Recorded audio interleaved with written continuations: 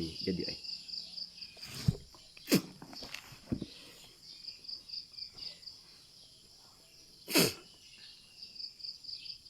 Tapi tak. Suara okey tak ni? Suara okey tak?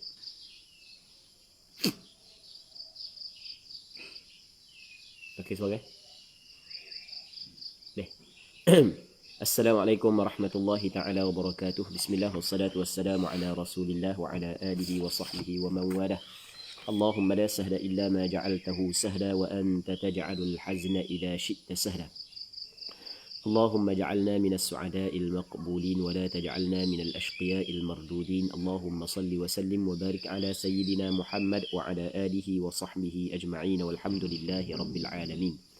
InsyaAllah kita sambung balik pengajian kitab Mughnil Muhtaj, syarah kepada kitab Minhajul Talibin yang dikarang oleh Al-Imam Al-Khatib Asy-Syirbini rahimahullahu subhanahu wa ta'ala wa nafa'ana Allahu bi'ulumihi fid darain amin.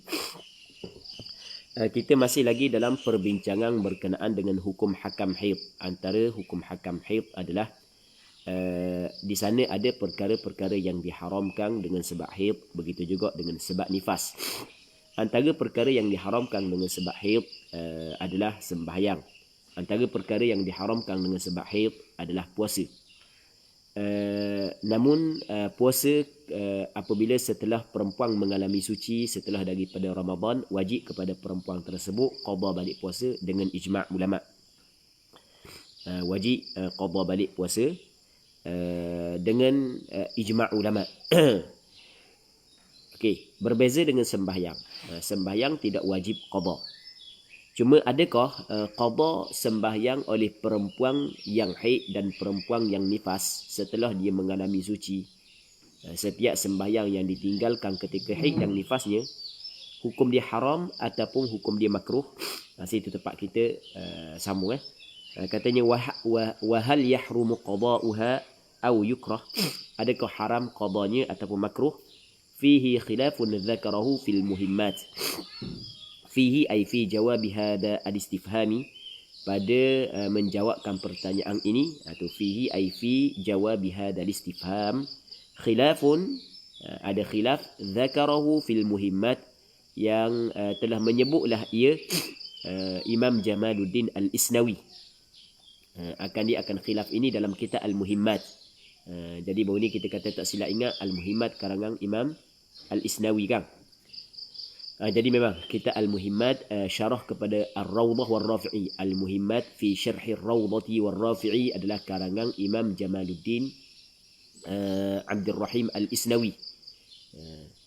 Yang mana dalam kitab ni menyebut khilaf. Fanaqala fiha, maka telah menaqal kembali kepada Imam Jamaluddin Al-Isnawi, pengarang kitab Al-Muhimmat. Dia telah menaqal, dia telah memetik, dia telah menaqal, dia telah menyebut fiha, di dalamnya, dalam Al-Muhimmat, an Ibn Salah, daripada Imam Ibn Salah, wal musannif, dan musannif yakni Imam Nawawi. Jadi Imam Ibn Salah, Imam Nawawi menaqalkan anil Baydawi, daripada Imam Baydawi, annahu, bahawasanya qada'us salah lil haid yahrum, haram. Jadi apa yang disebut dalam kitab Al-Muhimmat karangan Imam Al-Isnawi, yang mana Imam Al-Isnawi menaqalkan daripada Imam Ibn Salah, daripada Imam Nawawi, lepas tu daripada Imam Baydawi. Yang mana ini adalah pandangan Imam Baydawi, bahawa Imam Baydawi berpandangan haram kepada perempuan yang haid dan perempuan yang nifas qada balik sembahyang yang ditinggalkan di zaman haid dan nifasnya. Okey, apakah alasan Imam Al-Baydawi? Ini alasan dia. Alasan yang pertama, li'anna Aisyah radhiyallahu ta'ala anha nahatis sa'ila an dhalika. Kerana sesungguhnya Aisyah radhiyallahu ta'ala anha melarang ia akan orang yang bertanya an dzalika, daripada demikian itu. Orang yang bertanya tentang demikian itu. As-sa'ila an dzalika, orang yang bertanya tentang demikian itu. Orang yang bertanya tentang kenapakah orang yang puasa kena qada balik puasanya, manakala orang hak yang tinggal sembahyang kerana haid tidak wajib qada balik. Maka Aisyah kata ni, aharuriyatun anti, adakah mung ni daripada puak haruriyah, daripada puak khawarij haruriyah. Haruriyah adalah khawarij yang dinisbahkan kepada satu penempatan. Sebab biasanya puak khawarij yang kuat beribadat, tapi kesalahan puak khawarij bukan kuat ibadat, bukan. Sebab itulah Aisyah tanya, aharuriyatun anti. Jadi bermakna daripada perkataan Aisyah seolah-olah Aisyah melarang qada sembahyang bagi orang perempuan yang haid. Jadi nampak apabila benda tu dilarang oleh Aisyah, nampak pada zahirnya ia adalah haram. Okey, itu alasan yang pertama. Alasan yang kedua adalah wali anna al-qada'a mahalluhu fima umira bi fi'li. Kerana sesungguhnya qada, tempatnya qada adalah pada perkara yang diperintah dengan melakukannya. Qada ni adalah pada perkara yang diperintah melakukannya. Sedangkan sembahyang yang ditinggalkan oleh perempuan yang haid bukan diperintah untuk melakukannya, bukan dilarang daripada melakukannya. Okey, berapa alasan? Dua. Qada ni tempatnya adalah pada perkara hak yang diperintah dengan melakukannya, hak yang diperintah untuk melakukannya. Okey, itu dua alasan. Alasan bagi Imam Al-Baydawi rahimahullah adalah Aisyah melarang orang yang bertanya tentang hukum tersebut Aisyah melarang dia. Mungkin tanya ni puak haruriyah kan? Okey, satu. Yang keduanya adalah masalah qada balik sesuatu ibadat, tempatnya adalah ketika mana ibadat tu diperintah untuk melakukannya. Kalau tidak diperintah, maka tidak ada qada. Okey, itu alasan bagi Imam Baydawi. Maka sebab itulah hukum dia adalah haram. Tetapi wa'ani bin Salah wal-Ruyani wal-Ijli annahu makruh. Dan daripada Imam Ibn Salah sendiri dan Imam Ar-Ruyani seorang ulama besar dalam mazhab Imam Syafi'i, Al-Qadhi Abul Mahasin Abdul Wahid bin Ismail Ar-Ruyani. Al-Qadhi Abul Mahasin Abdul Wahid bin Ismail Ar-Ruyani lahir pada tahun 415 Hijrah, wafat pada tahun 502 Hijrah. Dia lahir pada tahun 415 Hijrah, wafat pada tahun 502 Hijrah.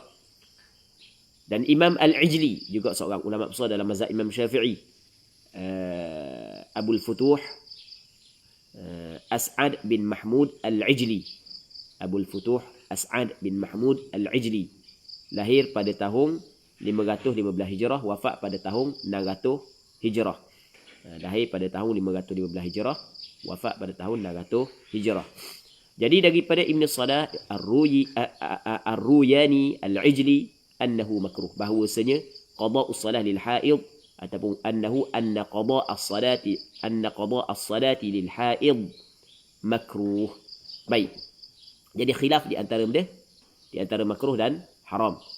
Pandangan yang dinakalkan daripada Al-Baydawi haram. Pandangan Imam Ibn Salah, Imam Ar-Ruyani, Imam Al-Ijli, hukum dia adalah makruh. Sama ada makruh ataupun haram, kedua-dua adalah perkara dilarang. Baik. Katanya bi khilafil majnuni wal mughma alaihi. Bi khilafil majnun wal mughma alaihi. Maksudnya perempuan yang haid dia berbeza dengan al-majnun, orang gila, wal mughma alaihi, dan orang yang pitam, orang yang pengsang. Orang tu gila tak wajib sembahyang sebab dia bukan mukallaf. Tidak wajib sembahyang sebab dia bukan mukallaf. Apabila dia baik dah, sembuh dah daripada gila, maka sembahyang hak yang dia tak sembahyang ketika gila saat itu tidak wajib qada. Cuma pandangan mu'tamad dalam mazhab Imam Syafi'i, sunat dia qada. Sunat dia qada. Sama juga dengan orang pitam, orang hak yang pengsang. Orang hak yang pengsang tak wajib dia sembahyang. Nanti setelah daripada sembuh daripada pengsang ni, habis dah waktulah. Kalau ada lagi waktu masalah lain. Ni habis dah waktu. Waktu darurah pun habis dah. Waktu asal lebih-lebih lagi habis. Jadi di sana ada waktu darurah. Waktu darurah adalah waktu yang kedua yang boleh dijamak dengan waktu yang pertama. Okey, boleh faham? Jadi kita ada waktu uzur bagi orang yang bermusafir, kita ada waktu darurah. Tu kita bincang dalam bab waktu sembahyang. Jadi dia ni pensang 3 hari tak sedar. Cakap kita pensang tak sedar 3 hari. Jadi lepas daripada dia sedar saat itu, sembahyang dah wajib lah, gugur lah. Cuma sunat dia qada balik. Baik. Bikhilafil majnuni wal mughma alaihi fayusannu lahumā al-qada. Fayusannu lahumā al-qada. Disunatkan bagi keduanya qada. Qada dia qada as-salah.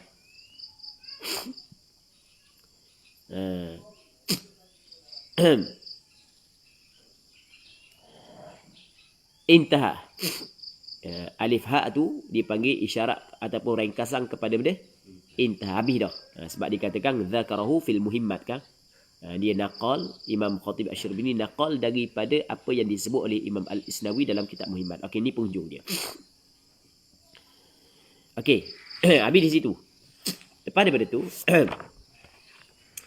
Imam Khatib Asy-Syarbini cuba menyebut pandangan yang lebih kuat. Jadi tadi dia menakalkan di antara khilaf pandangan yang mengatakan haram dan pandangan yang mengatakan makruh. Baik. Sekarang ni dia nak sebut pandangan dia.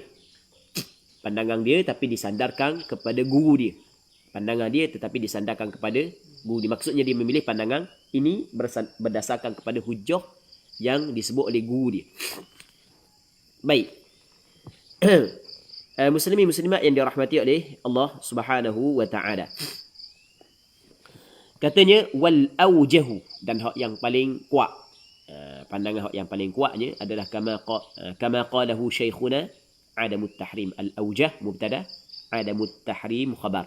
Pandangan hak yang paling kuat kama qalahu syekhuna, seperti perkara yang telah berkata akan dia oleh guru kami, seperti apa hak yang dikatakan oleh guru kami, atau kama qalahu syekhuna. Dan istilah syekhuna yang digunakan oleh Khatib Asy-Syarbini, dia merujuk kepada Imam Syekhul Islam Zakaria Al-Ansari, Abu Yahya Zakaria Al-Ansari. Kalau syekhi merujuk kepada Imam Ramli Al-Kabir. Itu kena ingat. Jadi sebagaimana hak yang dikatakan oleh Syekhul Islam Az-Zakaria Al-Ansari adalah tidak haram. Tidak haram lah. Itu pandangan hak yang lebih kuat. Dah tu Aisyah larang tu, dia kata wala yu'athiru fihi nahyu Aisyah radhiyallahu anha, dan tidak memberi kesan padanya, pada tidak diharamkan oleh larangan Aisyah. Larangan Aisyah tidak memberi kesan. Dia berbeza dengan larangan siapa?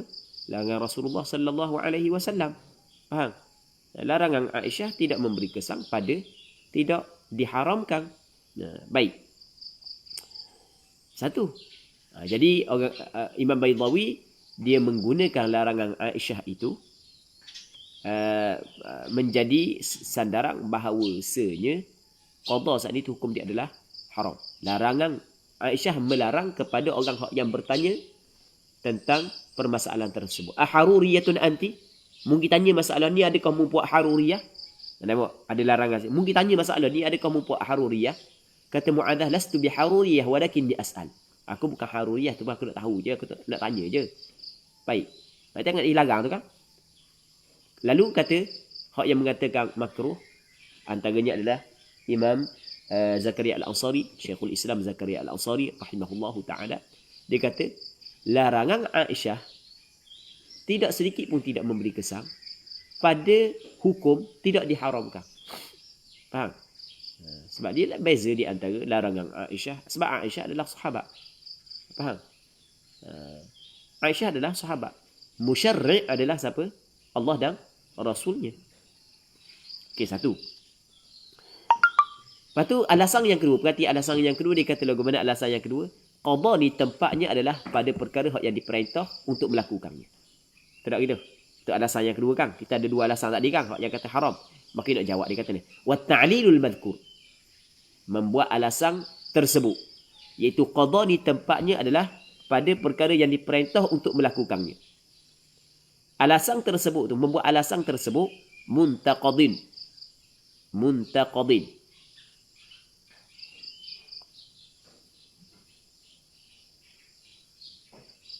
Ya. Bukan muntaqadin, muntaqidun. Intaqada yantaqadi. Muntaqidun. Terbatal ia. Sebab dia berhenti sekejap, bobek-bobek tu. Tengok wazang, duk mikir wazang mana. Muntaqidun, terbatal ia. Sebab anda ingat macam dia baca muntaqadin saat itu macam ingat macam qadin, muftin, maksudnya asal di belakang dia ada ya. Rupanya tak, dia daripada perkataan naqada. Dia bukan fa'al mu'tal al-akhir. Bukan. Jadi intaqada yantaqadi. Jadi muntaqidun. Atau wazan intaqada ifta'ala. Atau wazan ifta'ala intaqada. Asal daripada naqada. Muntaqidun, terbatal. Membuat alasan tersebut terbatal. Mana terbatal? Tidak boleh diterima, tertolak. Biqada'il majnuni wal mughma alaih. Terbatal dengan qadanya orang gila dan mughma alaih. Orang gila, adakah dituntut dia melakukan sembahyang ketika gila dia? Tak. Okay, nampak kan? Faham tak kan? Kalau dia kata tak boleh qada sebab dia, sebab qada ni tempatnya adalah pada perkara yang dituntut untuk melakukannya. Oh, tak kena gitu. Dah orang gila, orang gila. Orang gila kan sunat qada kan dalam mazhab kita kan? Dah orang gila masa zaman dia gila saat itu, dituntut tak dia buat sembahyang? Tidak. Faham? Jadi alasan tu tak boleh terima. Kita nak buat alasan ni mesti kena kena tepat. Baik. Katanya wa ala hadha al-qaul ataupun wa ala hadha, dan di atas ini pandangan yang kedua ni. Wa ala hadha tan'aqilu salatuha am la? Terjadi sembahyangnya ataupun tidak. Fihi nazar wal awjahu adamul inqad. لأن الأصل في الصلاة إذا لم تكن مطلوبة عدم الانعقاد ووجوب القضاء عليها في الصوم بأمر جديد من النبي صلى الله عليه وسلم. وعلى هذا, dan di atas ini, ala hadzal aujuh, hak yang kata pandangan hak yang lebih tepat saat ni, hak yang kata bukanlah haram tapi makruh. Tan'aqilu salatuha amlah, terjadi sembahyangnya ataupun tidak. Maksud dia terjadi, jadi tak sembahyang ni kalau dia sembahyang. Sekarang ni kalau haram tu jelas tak jadi. Hak makruh jadi ke tak? Faham? Dia kadang-kadang makruh jadi, kadang-kadang makruh tak jadi. Maksudnya tidak sah sembahyang ni. Tak jadi sembahyang ni. Tak jadi sembahyang ni walaupun hukum makruh. Maka kata Khatib Asy-Syirbini fihi nazar. Fihi ay fi jawab hadzal istifham nazar. Maksudnya fihi isykalun yahtaju ila nazar. Itu biasa perkataan fihi nazar. Pada menjawabkan pertanyaan ini ada nazar. Kena tilik dululah, kena tengok dulu. Maksudnya fihi nazar ay fihi iskalun. Pada menjawabkan permasalahan ini ada kemuskilan, ada iskal. Yang yahtaju ila nazar, yang perlu kepada tengok dulu. Dan nak jawab mudah-mudah lah, kena cek dulu, kena tengok dulu. Cuma nampak yang kuatnya wal aujahu, dan hak yang paling kuatnya adamul inqad, tidak terjadi sembahyang tersebut. Walaupun makruh tapi tidak jadi sembahyang. Bukan makruh sah, makruh tak jadi. Sebab dia alasan dia tak jadi, li'anna al-asla fi salati, kerana sesungguhnya asal pada sembahyang, idza lam takun matlubatan, apabila tidak adalah sembahyang itu dituntut. Kalau sembahyang tu kalau tidak dituntut, asal pada sembahyang apabila tidak adalah ia dituntut, asalnya adalah adamul inqadi, tidak jadi sembahyang. Okey, boleh faham? Asal sembahyang apabila tidak dituntut maka tak jadi. Tak jadi sembahyang tu. Okey, jelas tak situ ah? Jelas ah? Okey, sembahyang orang perempuan yang haid dituntut ke tak? Tak. Qada dia dituntut ke tak? Tidak. Jadi apabila tidak dituntut, jadi sembahyang. Okey, dia pun buat mari. Ni cakap ringkas ni. Dan kalau gitu puasa orang perempuan yang haid. Dituntut ke tak? Perempuan yang haid boleh tak nak puasa ketika haid? Tak boleh. Tidak dituntut. Faham? Jelas tak? Dan apa dia qada puasa sah? Sebab qada puasa saat itu ada perintah yang lain. Sebab tu dia kata wa wujubul qada'i 'alaiha fi shaum bi amrin jadidin minan nabiy sallallahu alaihi wasallam. Sebab tu sah. Dan wajib qada 'alaiha 'alal haid fi shaum pada puasa adalah bi amrin jadid, khabar bagi wujubu. Adalah dengan perintah yang baru minan nabiy sallallahu alaihi wasallam. Ada perintah yang lain. Perintah yang lain yang Rasulullah memerintahkan kepada perempuan supaya qada balik puasa dia. Okey, boleh faham? Maka falam yakun wajiban halal haidhi, maka tidak adalah ia puasa itu wajib halal haidhi, ketika haid, wan nifasi, dan ketika nifas, kama marra, seperti apa yang telah lepas. Jadi haid, puasa ketika haid, ketika nifas memang tidak wajib. Lianha, kerana sesungguhnya al-haid wan nufasa mamnu'atun minhu, ditegah, dilarang, minhu minas shaum. Faham tak lagi? Faham tak lagi yang? Perempuan ketika haid, ketika nifas, tidak wajib dia berpuasa. Sebab benda tak wajib, sebab dia dilarang. Dilarang tu menunjuk kata tidak wajib. Dilarang tu menunjuk kata tidak wajib. Sebab dilarang, ditegah, dia tidak boleh berhimpun dengan wajib. Benda wajib dia tidak dilarang. Benda dilarang tidak wajib. Sebab tu dia kata wal man'u wal wujubu la yajtami'an. Kerana dua perkara yang bertentangan. Larangan dengan wajib tidak berkumpul kedua-duanya. Sebab dua perkara yang berlawanan. Faham tak yang? Dua perkara yang berlawanan, dia tidak berkumpul kedua-duanya. Okey, habis. Wa thalithuha, dan yang ketiganya. Yang ketiga daripada asya' ukhar, perkara-perkara yang lain yang diharamkan kepada perempuan yang haid dan perempuan yang nifas, yang selain daripada perkara yang diharamkan kepada orang yang berjunub. Kan kita ada haram kepada perempuan yang haid setiap perkara yang diharamkan kepada orang yang berjunub, dan beberapa perkara yang lain. Beberapa perkara yang lain, yang pertamanya melintasi dalam masjid. Yang keduanya jika dibimbang mengotori masjid lah. Yang keduanya adalah puasa. Yang ketiganya, ini yang ketiga, at-talaqu, talaq mim mamsusah, daripada perempuan yang telah disentuh, yang telah disetubuhi oleh suaminya. Dia ada perempuan yang belum lagi disentuh, dan ada perempuan yang telah disentuh. Maksud lagu mana? Perempuan ni dengan orang lelaki ni dia nikah. Dah ada anak setuh. Dah ada anak setuh benda. Lepas daripada tu dia cerai. Okey. Itu maknanya perempuan yang dicerai sebelum daripada suami menyentuh dia. Maka dalam masalah ni, cerai perempuan yang belum lagi disentuh, sama ada dalam haid ke, dalam suci ke, maka hukum dia sama. Sebab perempuan tersebut tidak ada iddah. Perempuan yang dicerai oleh suami, sebelum daripada disentuh ada iddah ke tak? Tidak ada iddah. Okey, boleh faham? Maka hukum dia sama. Dicerai ketika haid ke, ketika suci ke, hukum dia sama je. Okey, jelas tak? Berbeza dengan perempuan yang disentuh oleh suami. Perempuan yang disentuh oleh suami.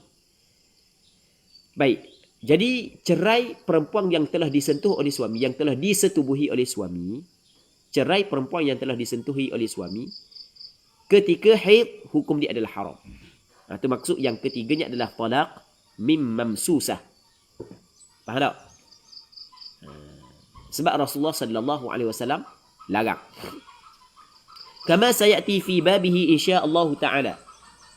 Seperti barang, yakni penjelasan huraian yang akan datang fi babi, dalam babnya. Bab talaq akan datang, akan dibincangkan insya-Allah taala. Sirah tabarri nama dia, insya-Allah dipanggil sirah at-tabarri, berlepas diri. Baik.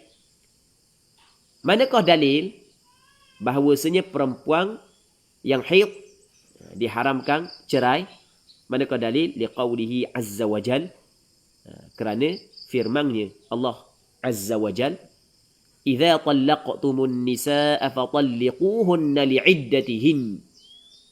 Apabila kamu mencerai perempuan, kamu tolak perempuan, fatalliquhun, maka hendaklah kamu, wahai lelaki, tolak mereka itu, hunna, mereka itu perempuan, li'iddatihin, maksudnya li'iddatihin, di dalam iddah mereka itu.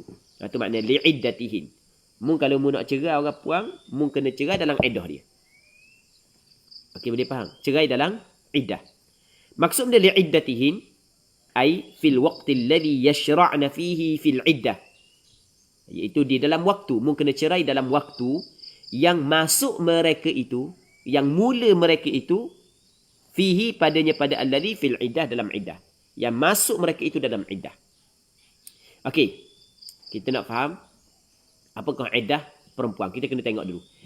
Iddah perempuan yang dicerai oleh suami, kalau perempuan tu ghairu mamsusah, belum lagi disentuh, dia tidak ada iddah. Lepas cerai, boleh nikah lain lalu dah.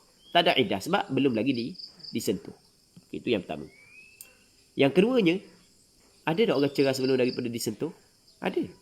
Ada orang cerai belum daripada disentuh. Anda ingat berapa tahun lepas orang tanya masalah? Orang puang nak ingat banyak tahun dah orang tanya. Orang puang ni lepas daripada yang nikah, dia kenal lama, tapi masa kenal saat ni dia ada lah balah tu biasa lah. Lepas daripada nikah saat ni tu, dah nak tengok.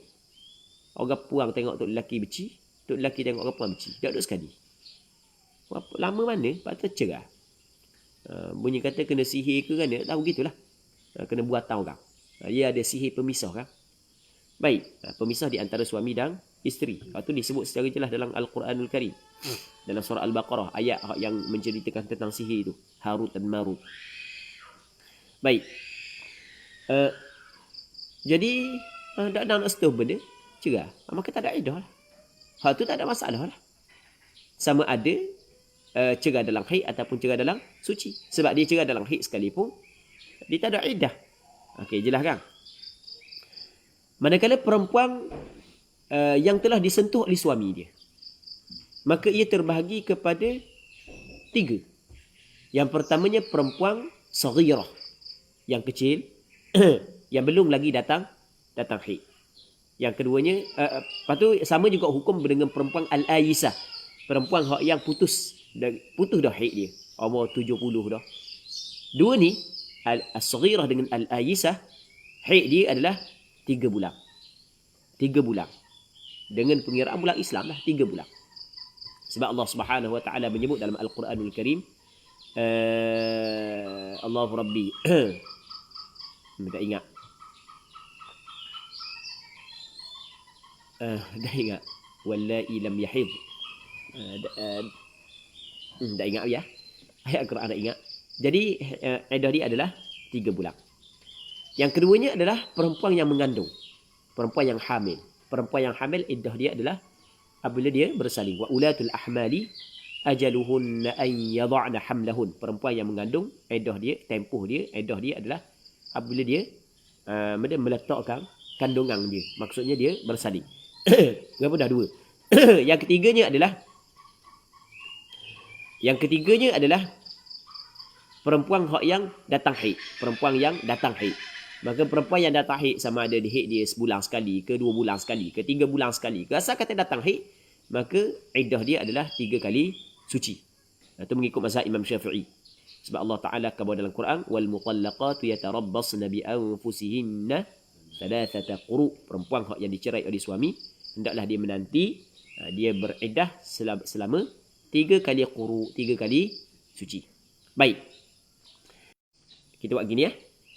Orang puan ni dicerai dalam suci. Ni suci. Ni ketika dia suci. Maka apabila datang haid, maka kira sekali suci. Suci pula. Datang haid, 2 kali suci. Suci pula. Suci pula. Datang haid ni, habis dah iddah dia. Faham tak lagi? Sekali suci, 2 kali suci, 3 kali suci. Datang haid ni, habis dah iddah dia. Jadi berapa kali haid ya? Sekali, 2 kali. Haid yang ketiga, habis dah iddah dia. Jelas tak? Sekali lagi ya. Kalau perempuan ni dicerai dalam suci, ni suci. Lepas tu lepas daripada dia suci, lepas tu datang haid. Jelas? suci, datang haid. Lepas daripada tu, suci pula, datang haid. Suci, berapa kali suci. Ni dak lagi dak habis ke. Datang haid, baru kira 3 kali suci. Dia kena datang haid. Jadi datang haid kali yang ketiga. Datang haid kali yang ketiga baru habis iddah dia. Jelas tak? Jelas? Okey. Kalau perempuan tu dicerai dalam haid, sah. Cerai dalam haid jatuh. Cuma haram. Talak bid'i. Perempuan ni dicerai dalam haid. Ni kira tak? Tak. Sebab belum lagi masuk iddah dia. Tak kira. Bila dia mengalami suci, datang haid, baru kira sekali suci. Datang haid, 2 kali suci. Datang haid, 3 kali suci. Sini, 3 kali suci sini tak? Mana? Ni haid kan? Tadi suci, buat sekali lagi. Ni haid. Lepas tu suci. Lepas tu datang haid. Sekali suci. Lepas tu suci. Datang haid. 2 kali suci. Lepas tu suci. Datang haid. Ni datang haid ni baru boleh dia nikah. Sebab 3 kali suci ni kan? Faham tak kan? Tadi haid 3 kali je. Ni haid jadi 4 kali. Jadi semakin panjang. Jelas tak? Okey. Apabila Allah Ta'ala kata, "Idza talaqtumun nisaa fatalliquhunna li'iddatihin", mungkin talak di dalam tempoh iddah mereka itu, ia memberi maksud dia. Ia memberi maksud kita kena talak. Maksudnya lelaki kena cerai isteri dia dalam tempoh suci isteri. Faham? Sebab suci isteri itu adalah tempoh iddah dia. Jelas tak lagi? Itu maksud. Sebab itulah dikata ai fil waqtil ladzi yashra'na fihi fil iddah.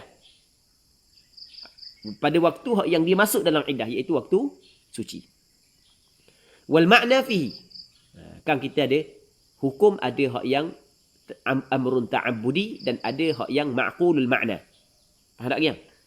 Makna dia, wal ma'na fihi, kenapakah perempuan yang telah disentuh oleh suami haram dicerai oleh suaminya ketika dia dalam haid? Wal ma'na fihi adalah tadarruruha. Mudaratnya perempuan itu biqulil muddah, dengan panjang tempoh iddah. Berarti nak apa nak panjang tempoh iddah? Lama tempoh iddah dia. Jadi kalau dicerai dalam haid, lama tempoh iddah dia berbanding dengan dicerai dalam suci.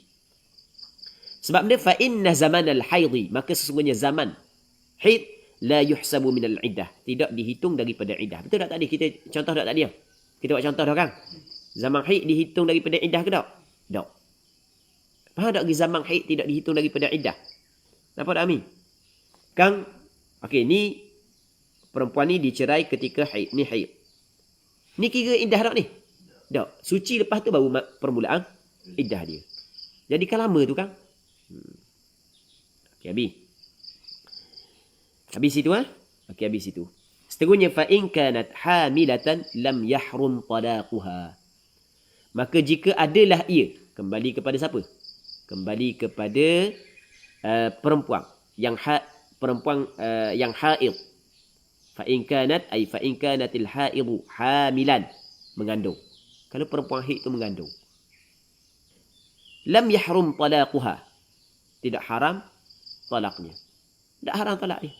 Tak haram cerai dia. Jadi bermakna haram cerai perempuan yang haid dengan 2 syarat. Syarat yang pertama, setelah daripada disentuh oleh suami. Syarat yang kedua, dia tidak mengandung. Sebab kalau dia mengandung, dia tidak dikira berapa kali suci. Okey, jelas. Bukan dikira dengan melahirkan kandungan tersebut. Sebab dia li'anna iddataha, kerana sesungguhnya iddahnya, iddah bagi al-hamil adalah innama tanqadi, sesungguhnya habislah ia iddatuha biwad'il hamli, dengan meletakkan kandungan tersebut. Maksudnya dengan bersalin. Okey, habis. Wa rabi'uha, dan yang keempatnya. Yang keempat daripada perkara-perkara hak yang diharamkan kepada perempuan yang haid adalah at-taharah, bersuci, li raf'il hadath, untuk mengangkat hadath. Bersuci untuk mengangkat hadath, hukum dia adalah haram. Faham? Sebab dia hukum dia adalah haram bersuci kerana mengangkat hadath. Kerana perempuan yang sedang keluar darah haid, dia tidak boleh mengangkat hadath dia. Jadi bermakna di sana ada tala'ub dengan ibadat. Mandi untuk mengangkat hadath, sedangkan hadath dia tidak terangkat. Maka di sana ada tala'ub. Apa ada tala'ub? Bermain-main dengan ibadat. Baik. Fatahrumu 'alaiha idza qasadat at-ta'abbud biha. Ma'a ilmiha bi annaha la tasihhu litala'ubiha. Maka haram 'alaiha, maka haramlah ia at-taharah 'alaiha 'alal haid idza qasadat at-ta'abbud, apabila qasadlah ia akan ta'abbud, melakukan ibadat. Kalau mandi saja-saja tu tak ada masalah. Faham? Mandi mengangkat hadas tu tak boleh. Tetapi kalau dia bukan semua mandi hak yang dituntut tak boleh dah ke tak? Ada kala perempuan hak yang haid sunat dia mandi. Sebagai contoh mandi hari raya. Sebagai contoh mandi ihram. Mandi ihram sebagai contoh. Baik, nah ni mandi tujuan untuk mengangkat hadas. Mandi wajib. Itu tak boleh ya. Ma'a ilmiha, serta dia tahu bi annaha, dengan bahawasanya at-taharah li raf'il hadath la tasihhu, tidak sah. Dia mandi angkat hadas, mandi wajib. Dan dia tahu benda tu tak sah, tapi dia buat juga. Maka hukum dia adalah haram. Sebab benda haram li tala'ubiha. Apa dia tala'ubiha? Kerana bermain-main. Dia main dengan ibadat. Ibadat tak boleh main. Mu nak main dengan ibadat tak boleh, nak main dengan semayang tak boleh, nak main dengan puasa tak boleh, mana boleh main. Baik.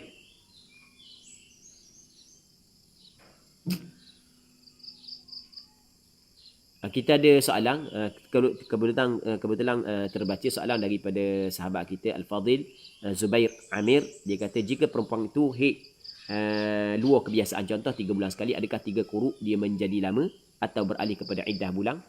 Okey, sekarang ni perempuan yang haid 3 kali sebulan. 3 kali sebulan pula. 3 bulan sekali.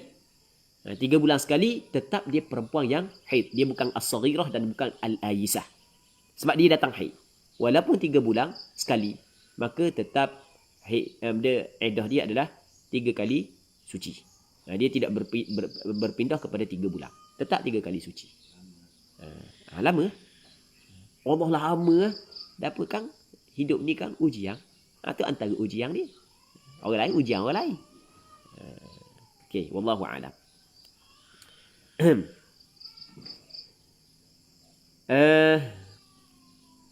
Katanya,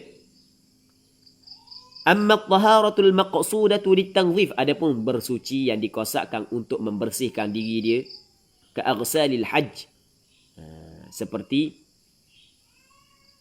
Ustaz, untuk ayisah dan saghirah adakah tetap diharamkan talak ketika haid?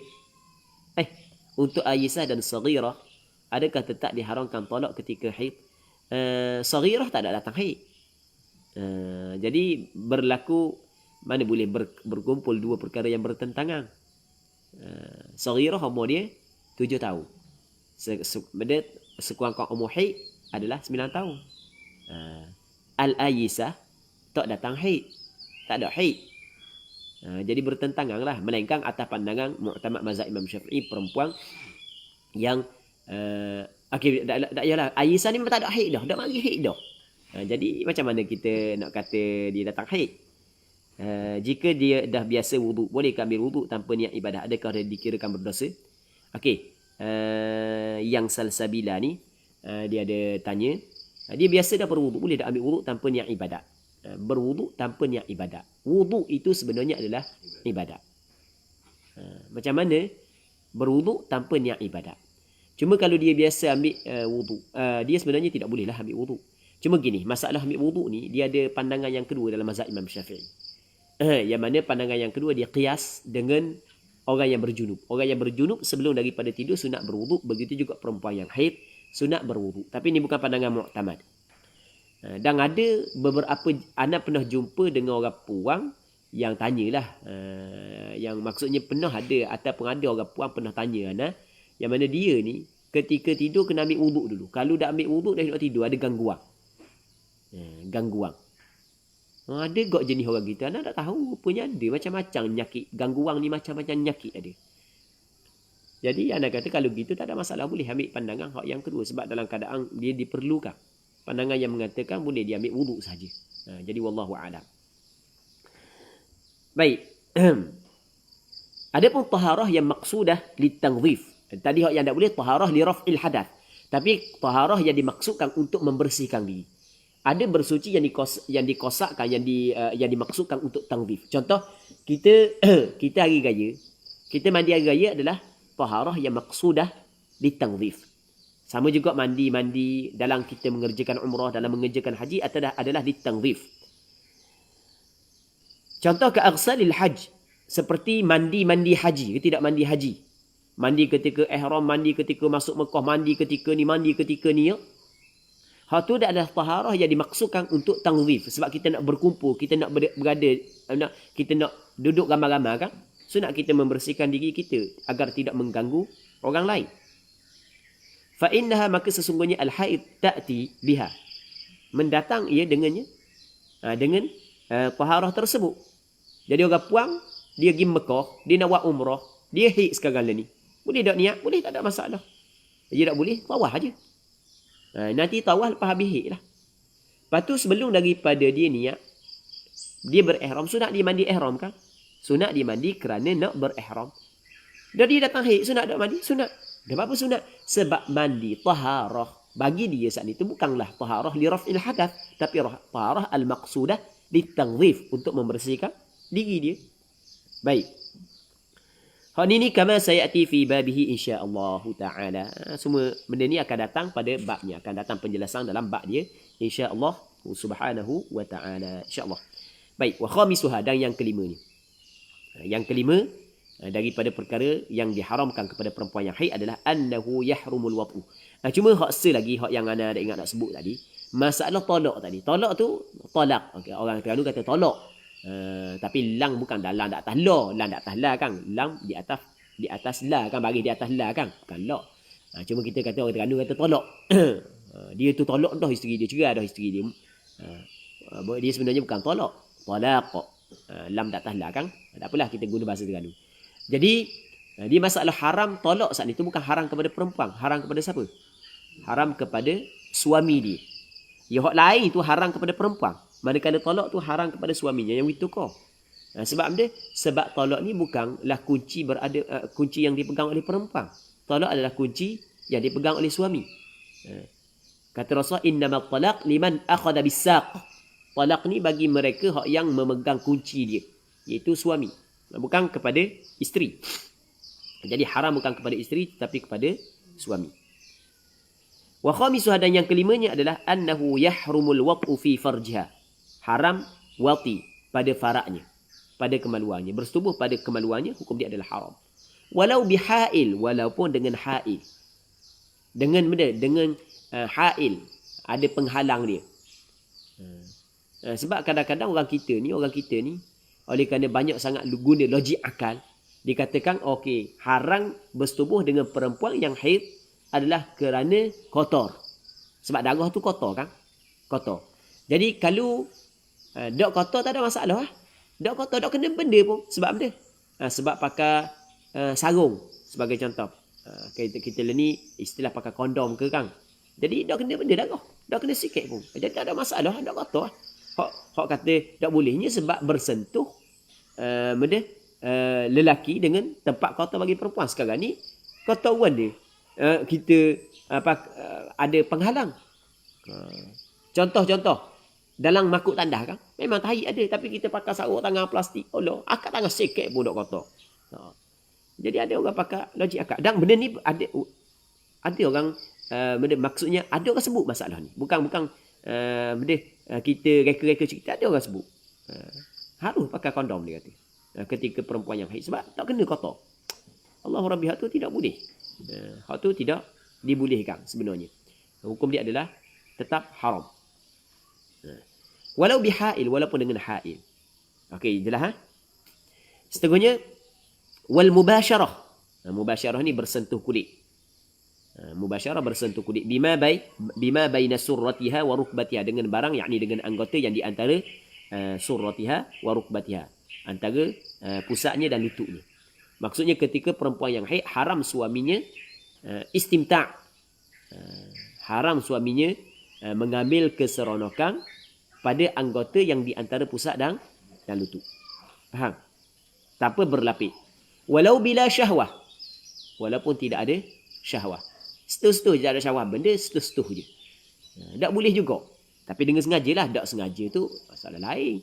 Tengah tidur. Jadi bini tidur buah. Selok habis kain. Tu lelaki pun tidur buah agak. Jadi kaki pangang tu lelaki dak atas peha bini. Okey, tu walaupun berlaku mubasyarah, tu tak boleh. Dia walau bila syafah. Ingat kaedah dalam kitab fiqh. Biasalah. Apabila kata law lil ghayah, isyarat kepada masalah ni ada khilaf. Walau bila syahwah. Jadi maksudnya kalau tidak ada syahwah, ada pandangan sebahagian ulama mengatakan tidak bermasalah. Maksudnya tidak haram. Tetapi kalau ada hajah, itu lain. Itu jelas tidak haram, ada hajah. Faham? Bini nak bisuh peha. Jadi nak suruh tu lelaki dia pekek buang nanah daripada bisu tu. Contoh je. Maka boleh tak setuh? Kata tu lelaki dia setuh. Sebab awak hit ialah ni. Ada hajah tak ada masalah. Mana dalil? Liqaulihi ta'ala, kerana firman-Nya Allah Ta'ala, fa'tazilun nisaa fil mahid. Maka hendaklah mengasing oleh kamu. Maksudnya hendaklah menjauhi oleh kamu, wahai lelaki, an-nisa akan perempuan, yakni isteri-isteri kamu. Fil mahid. Dia nisa ni bukan mesti isteri. Bukan mesti isteri. Bukan ada lagi selain daripada isteri. Yang siapa selain daripada isteri? Hamba. Faham dah? Hamba. Sebab Allah Ta'ala kata fa'tazilun nisa. Ada kata fa'tazilul azwaj. Maka wahai lelaki, kena jauhi akan perempuan-perempuan, isteri dan hamba, fil mahid, pada ketika haid. Ketika haid kena menjauhi. Maksud menjauhi di sini adalah tidak bersetubuh. Bukan menjauhi dengan maksud benda. Tidur asing-asing sebagaimana yang dilakukan oleh Yahudi. Yahudi apabila perempuan dia datang haid, dia tidak akan makan sekali, tidak akan duduk sekali. Dia suku-suku duduk. Bukan begitu. Dan nampak pada zahir ayat, begitulah kena asingkan. Maksudnya kena jauhkan. Duduk suku, isteri duduk suku, duduk suku. Tetapi perbuatan Rasulullah menjelaskan, menafsirkan maksud ayat. Yang mana Rasulullah apabila Aisyah radhiyallahu ta'ala anha datang haid, dan Rasulullah nak ambil istimta' daripada Aisyah, maka Rasulullah memerintahkan Aisyah memakai kain. Lepas tu Rasulullah mengambil istimta' daripada, ataupun beristimta' daripada Aisyah. Ini memberi maksud bahawasanya bukanlah i'tizal perempuan ketika haid adalah maksudnya tidur di lain. Dan mana duk iktikaf masjid? Orang puan berlapu megah bah. Jadi tak boleh haram tidur sekali. Tak, bukan begitu. Nak iktikaf atas masjid tu masalah lain. Okey, itu dalil yang pertama. Dalil yang kedua, li khabari Abi Dawud, dan kerana hadis riwayat Imam Abu Dawud bi isnadin jayyid, dengan sanad yang baik. Dengan sanad yang baik. Tetapi dia kaedah dalam pengajian ilmu hadis, tidak semesti hadis yang diriwayat dengan sanad yang baik mesti hadis itu adalah hadis yang sahih ataupun hadis hasan. Faham? Kadang-kadang sanad tak ada masalah dah. Tetapi matang dia syadz, mungkin menyadahi benda perawi hak yang lebih thiqah ataupun perawi hak yang lebih gamal. Baik. Tetapi hadis ni sebenarnya adalah hadis hasan. Hadis ni adalah hadis hasan. Kerana hadis riwayat Imam Abu Daud dengan sanad yang jayyid, annahu, bahawasanya Nabi sallallahu alaihi wasallam suila, telah ditanya Rasulullah, amma yahillu lirrajuli min imraatihi wa hiya haid, tentang perkara yang halal bagi seorang lelaki daripada isterinya ketika isterinya datang haid.